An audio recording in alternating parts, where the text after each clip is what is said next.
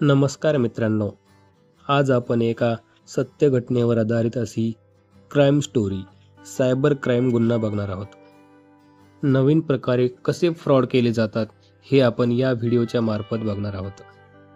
मित्रांनो, एका छोट्याशा गावामध्ये सचिन नावाचा एक होतकरू आणि कष्टकरू असा मुलगा असतो. तो खूप शिकून सुद्धा त्याला नोकरी न लागल्यामुळे तो एक सलूनचे दुकान टाकण्याचा विचार करतो आणि तसं त्या प्रकारे तो दुकान सुरूही करतो. मित्रांनो, काही दिवसानंतर सचिनच्या मित्रांनी त्याला सांगितल्यानुसार सचिन हा आपला बिझनेस गुगलच्या प्लॅटफॉर्मवर घेऊन जातो. म्हणजेच आपला बिझनेस डिजिटल स्वरूपात सगळ्या पब्लिक समोर तो मांडतो.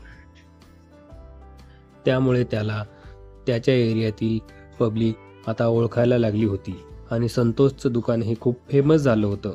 असेच एके दिवशी सचिन हा सकाळी सकाळी आपले दुकान चालू करण्यासाठी दुकानामध्ये जातो. त्या प्रकारे तो दुकान उघडून आपल्या दुकानाची साफसफाई करतो आणि कामाला लागतो. तेवढ्यात त्याचे कारागीर पण येऊ लागतात आणि आपापल्या कामाला लागतात. सचिन कामामध्ये व्यस्त असताना त्याचा मित्र संतोष हा कटिंगसाठी येतो आणि सचिनला बोलतो, मित्रा, आज माझी कटिंग आणि दाढी एकदम चकाचक कर, कारण मला आज मुलगी बघायला जायचं आहे. असं ऐकून सचिन हातातील काम सोडून लगेच आपल्या मित्राची कटिंग आणि दाढी करायला सुरुवात करतो. सचिन दाढी आणि कटिंग करत असताना त्याला मध्येच एक कॉल येतो आणि इथूनच ह्या फ्रॉडची सुरुवात होते. सचिन हा कॉल उचलतो आणि थोडा बाहेर जातो आणि तिकडून सचिनला आवाज येतो, नमस्कार सचिन जी, मैं आर्मी ऑफिसर राकेश शर्मा जी बोल रहा हूँ. हमारे एकेडमी में 50 लोग हैं और हमें उनकी कटिंग और दाढ़ी करनी है.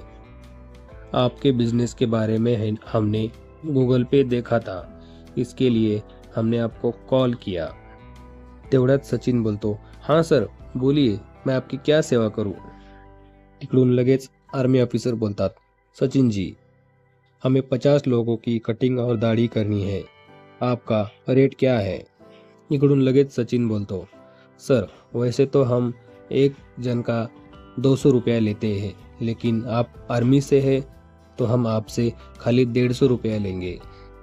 आणि तिकडून बोललं जातं, ठीक है सचिन जी, मैं हमारे बड़े ऑफिसर से बात करके 10 मिनट में आपको कॉल करता हूँ और बताता हूँ.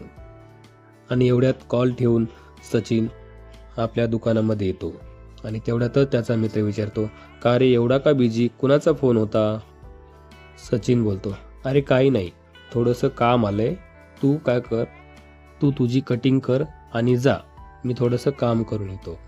असे बोलून सचिन थोडा बाहेर जाऊन बसतो आणि 10 मिनिटानंतर जसा सचिनला कॉल येतो तसा सचिन लगेच तो कॉल उचलतो आणि तिकडून आर्मी ऑफिसर बोलतो, सचिन जी, हमारे ऑफिसर से बोला, लेकिन हमारी एक दिक्कत है कि हम पूरा पैसा आपको कैश नहीं दे सकते हैं.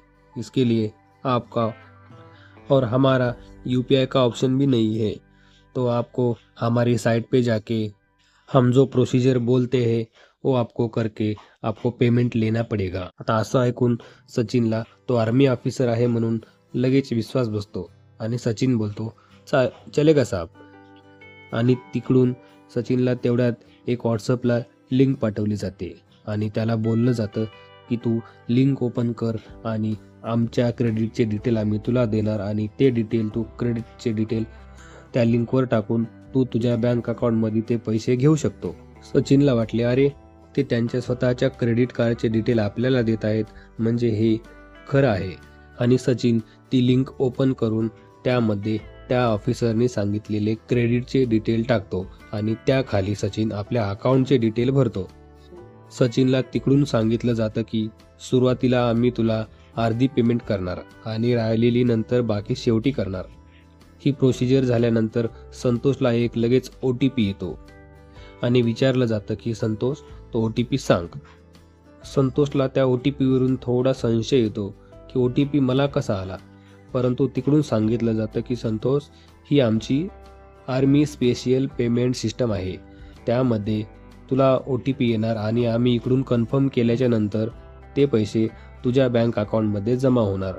त्यावर सचिन विश्वास ठेवतो आणि पूर्ण प्रोसिजर करून तो OTP सांगतो आणि त्या क्षणाला सचिनच्या अकाउंटमधून ते पैसे कट होतात. परंतु सचिन फोनवर व्यस्त असल्यामुळे तो त्या मेसेजकडे लक्ष देत नाही आणि अशा प्रकारे त्याचे पैसे काढून घेतले जातात. परंतु तिकडून लगेच ऑफिसरचा आवाज येतो, सचिन जी, ये पेमेंट फेल हो गया है, आपको दोबारा प्रोसिजर करना पडेगा. असं 2-3 वेळेस सचिनला बोलून त्याच्या अकाउंटमधून पूर्ण 45,000 रुपये काढले जातात. तरी सचिनला त्याचा पत्ताही लागत नाही. शेवटी तिकडून सांगितलं जातं, ठीक है सचिन जी, हम कैश ही लेके आते हैं और आपका पूरा पेमेंट करते हैं. त्यावर सचिन होकार देतो आणि फोन ठेवतो. जसा फोन ठेवतो तसे तो मेसेज बघतो तर काय, आपल्याच अकाउंटमधून 45,000 रुपये कट झाल्याचे त्याला समजते. त्या क्षणाला संतोषच्या पायाखालची जमीनच सरकते आणि संतोष एकदम शांतपणे खुर्चीवर बसून राहतो. त्याला समजत नाही की आपण कसे गणले गेलो आहोत. तो खूप विचार करत असतो, परंतु त्या विचार करण्याचा त्याला थोडाही फायदा होणार नव्हता, कारण त्याच्या अकाउंटमधून ऑलरेडी 45,000 रुपये डेबिट झालेले होते. तो रिटर्न कॉल करण्याचा प्रयत्नही करत होता, परंतु तिकडून तो नंबर बंद आहे असं सांगण्यात येत होतं. मित्रांनो असे नवनवीन आणि वेगवेगळ्या प्रकारे फ्रॉड केले जातात. तुम्हीच सांगा, तिकडून जर आर्मीचा माणूस बोलत आहे असं बोलल्यावर कोण विश्वास ठेवणार नाही, कारण आपल्या भारतीयांचा जीवच असा आहे की तो आर्मी या व्यक्तीमध्ये खूप गुंतलेला असतो. परंतु मित्रांनो, आपण कुठूनही कोणीही बोलत आहे असं सांगितलं तर त्यावर लगेच विश्वास ठेवायचा नाही आणि आपण आपल्या प्रोसिजरनुसार करायचं. आपण स्वतः आपली काळजी घ्यायची आणि दुसऱ्यालाही याबद्दल जागरूक करायचं. तर मित्रांनो, आमची आजची कहाणी तुम्हाला कशी वाटली हे आम्हाला कमेंटमध्ये कळवा आणि अशाच वेगवेगळ्या कहाण्या आणि वेगवेगळे चांगले विषय घेऊन येत आहोत आम्ही आपल्या चॅनेलवर. त्यामुळे आपल्या चॅनेलला सबस्क्राईब करून ठेवा. थँक्यू.